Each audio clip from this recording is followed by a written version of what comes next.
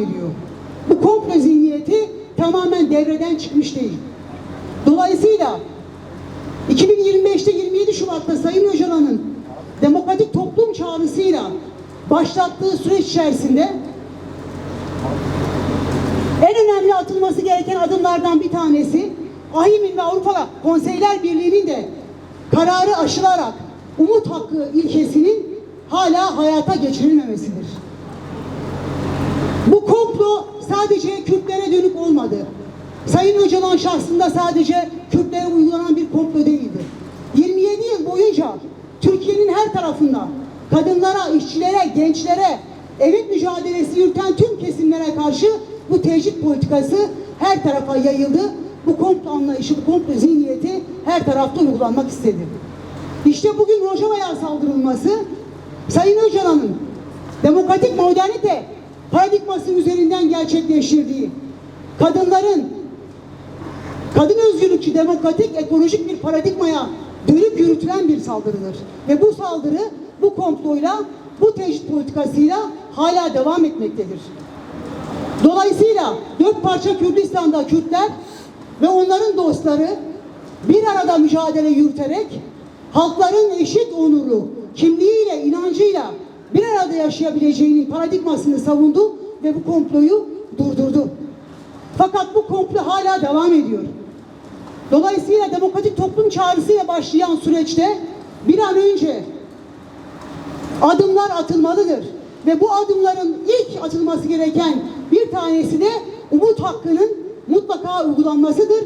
Sayın Öcalan'ın mutlaka çalışma koşullarının sağlanması ve özgürlüğünün, fiziki özgürlüğünün sağlanmasıdır. Dolayısıyla umut hakkına ilişkin bir an önce yasal adımlar başlamalı. Türkiye'de geliştirilen demokratik toplum fikriyatı gerekli adımları atmalıdır. İşte bu adımlar umut ilkesinin hayata geçirilmesiyle de başlayacaktır. Biz 27 yıl önce geliştirilen bu komplonun zihniyetini tekrar burada kınıyoruz ve Sayın Öcalan'ın mutlaka fiziki özgürlüğünün sağlanması ve Kürt halkının demokratik, eşit bir ülkede, eşit koşullarda yaşayan demokratik adımlarının umut ilkesiyle başlayabileceğini belirtiyoruz.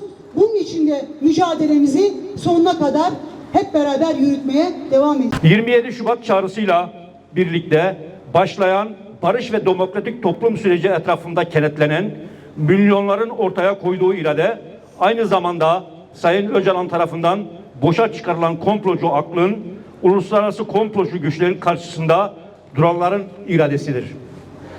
Kürt halkının varlığına, halkların bir arada özgür ve eşit yaşamına yönelik bu komployu gerçekleştiren uluslararası kapitalist güçler bugün Rojava'da, Kürdistan'da ve Orta Doğu'da aynı akılla yeni bir komployu devreye koymak istemektedirler. Kürt halkının kazanımlarını hedef alarak Rojava'yı kuşatmaya alan, Suriye'de yaşayan halklara, kadınlara ve çocuklara yönelik gerçekleştirilen saldırılar Kürt halkının ve dostlarının direnişiyle karşılaşmış ve bu planlar önemli ölçüde boşa çıkarılmıştır. Dünyanın dört bir tarafından bu saldırılara karşı yükseltilen mücadele, HETEŞ'e ve onu destekleyen güçleri anlaşma yapmak zorunda bırakmıştır. Anlaşmanın şartlarının yerine getirilmesi, Kürt halkının kazanımlarının korunması, barış ve demokratik toplum çağrısı etrafında büyüyen birleşik, örgütlü mücadelemizi daha fazla yükseltmekten geçmektedir. Bu yıl saldırı altında olan aynı zamanda Sayın Öcalan'ın paradigmasıdır. Barış ve demokratik toplum sürecine karşı olan güçler algı operasyonlarıyla özel savaş propagandası yürüten bazı medya kuruluşlarının dezenformasyonu dayalı yayınlarıyla sosyal medya üzerinde örgütledikleri troll ordularıyla çok boyutlu bir saldırı konsepti geliştirmişlerdir. Demokratik, ekolojik, kadın özgürlükçü paradigmamızla olan inancımızla Rojava başta olmak üzere Kürdistan coğrafyasında ve Orta Doğu'da devreye konulmak istenen komploya geçit vermeyeceğiz.